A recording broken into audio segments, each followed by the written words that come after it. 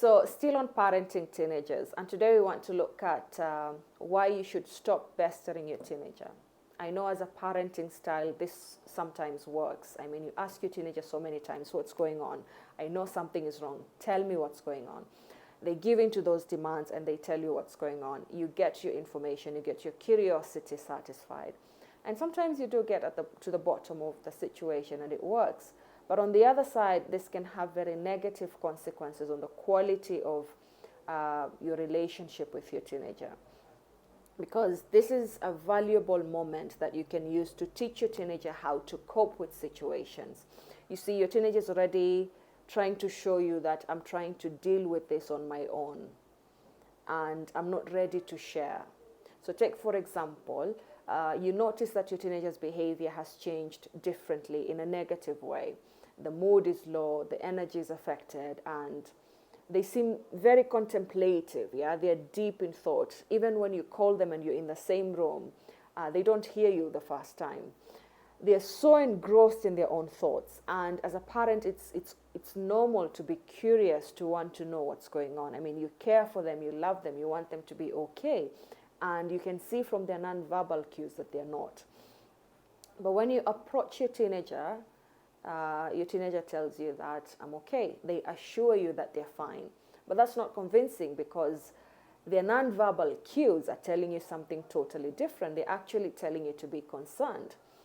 And I think as a parent, you should take that respectfully. Your teenager has told you that he or she is okay. Receive that and then create a response for it that is effective and a solution for your teenager that they can come to later. So create an avenue of safety. Make your teenager understand that you know something is going on. They're not ready to share it. But when they're ready, then there's an avenue that they can use to get to you.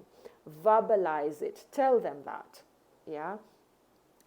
So that they can feel assured. I mean, they know you're there for them.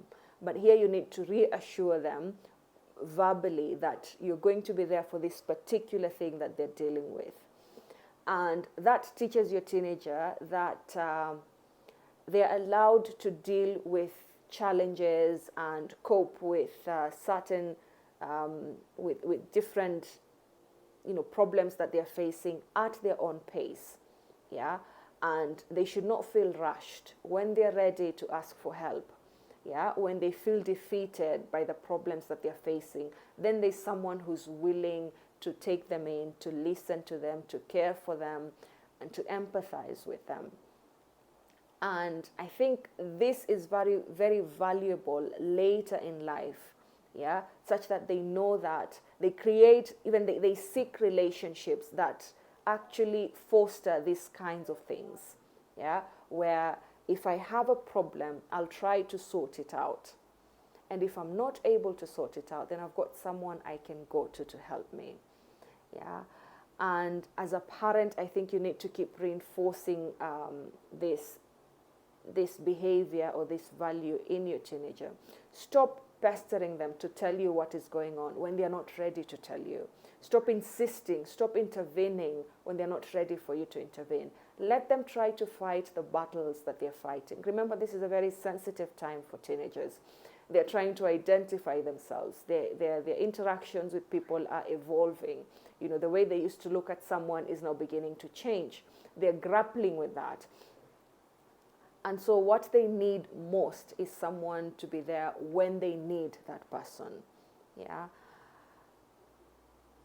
And I think that becomes a pillar of support to your teenager.